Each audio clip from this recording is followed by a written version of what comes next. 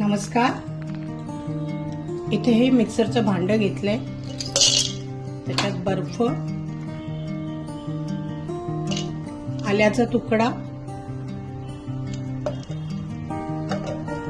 हे गूळ,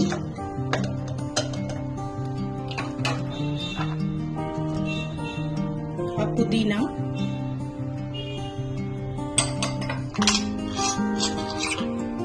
हा अर्ध्या लिंबाचा रस,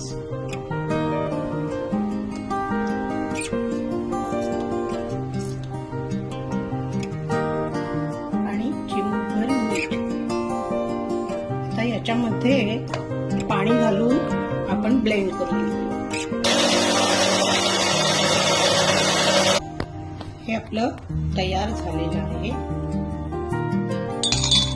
आता आपण ते सर्व करू.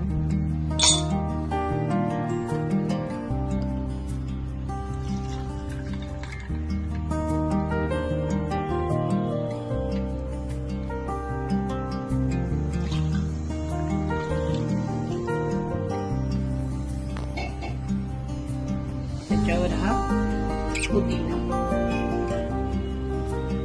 हे बघा मंडळी, घरच्या घरी ऊस न वापरता हा गारेगार ऊसाचा रस तुम्ही असा करू शकता.